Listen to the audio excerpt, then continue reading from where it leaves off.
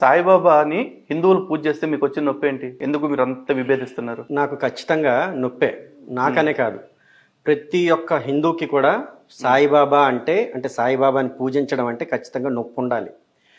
ఎందుకు అంటే Saibaba first of all ముస్లిం. ఆయన సబ్కా మాలిక్ ఏక్ హై, సబ్కా మాలిక్ అల్లా హై అన్నాడు. ఒక అల్లాని పూజించే వ్యక్తిని, ఒక ముస్లింని పూజించే దౌర్భాగ్యం అనేది ఏ హిందువుకి కూడా లేదు. మనకి చాలా మంది దేవుళ్ళు ఉన్నారు.